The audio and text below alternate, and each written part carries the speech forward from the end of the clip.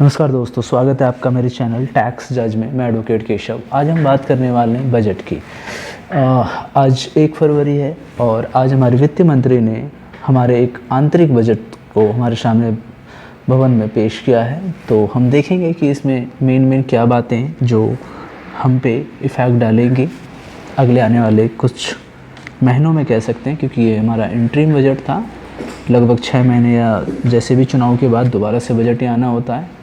तो next session जैसे ही होगा उसमें दूसरा बजट आ जाएगा।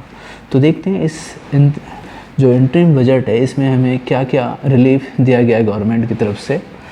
तो हम देखते हैं सबसे पहले कि इस बजट में किसको कैसे कैसे दिया गया। तो आप देख रहे हैं बजट में जो मंत्रालय हैं उन्हें कुछ इस प्रकार से बजट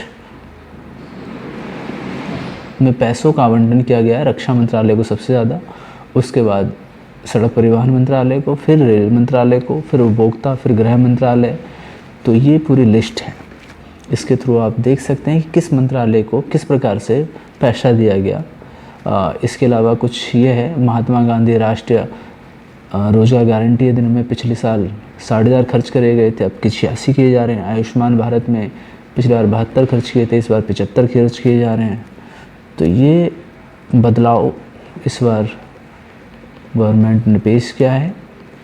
हाँ, मेन हमारा फोकस ये था कि इनकम टैक्स में क्या बदलाव हुआ है। इस सीट को अगर आप चाहें, मैं आपको एक छोटा सा व्यू दे देता हूँ कि ये सीट अगर आप डिटेल में पढ़ना चाहते हैं तो आप इस साइड पे जाके यहाँ से आपको ये सीट, ये PDF मिल जाएगा। अगर आपको इंग्लिश में पढ़ना है तो आप इस साइड पे जाएं, यहाँ लैंग्वेज है, यहाँ आप हिंदी क्लिक करेंगे तो आपके पास ऐसी साइड आ जाएगी। ऐसी साइड में आने के बाद ये मुख्य विशेषताओं पे जाके आप इसे डाउनलोड कर सकते हैं। तो और अगर हम इसमें यहाँ पे थे कि ये आपको यहाँ से PDF मिल जाएगा पूरा। अगर भाषण चाहिए आपको तो यहाँ पे आप क्लिक करेंगे तो आपको पूरा भाषण मिल जाएगा। जैसे कि मैंने डाउनलोड कर रखा है, ये पूरा स्पीच है, ये स्पीच आपको पूरा मिल जाएगा।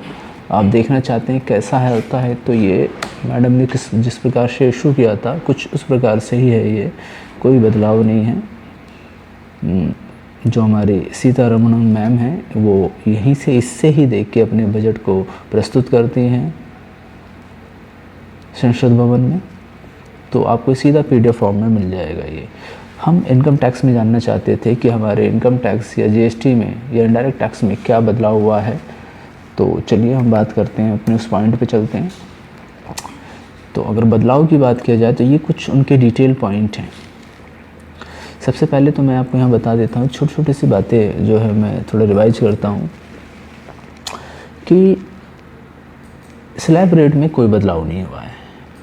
डायरेक्ट टैक्स, इनडायरेक्ट टैक्स और इम्पोर्ट ड्यूटी, इन तीनों टैक्स में कोई भी चेंज नहीं हुआ है। डायरेक्ट टैक्स में जो पहले स्लैब रेट था वही स्लैब रेट अब भी लागू है। पहले स्लैब रेट क्या था?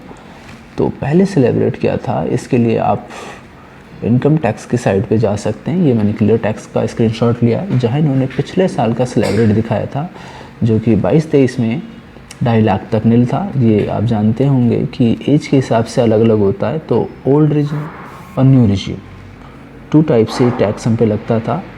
तो मैडम ने अपनी स्पीच में कहा है कि 7 लाख तक हम टैक्स नील दे रहे हैं, मतलब उस पर कोई टैक्स नहीं लेंगे। तो उन्होंने वो न्यू रिजीम में बात करा है। न्यू रिजीम में 7 लाख तक अगर आपके भी, आपको थ्योरेटिकल नहीं बताऊंगा, जो यहाँ लिखा हुआ है मैं उसी के ऊपर बात करूँगा। ये आप देख रहे हैं स्वदेशी कंपनियों का 30% से घटाकर 22% कर दिया है कॉर्पोरेट टैक्स को।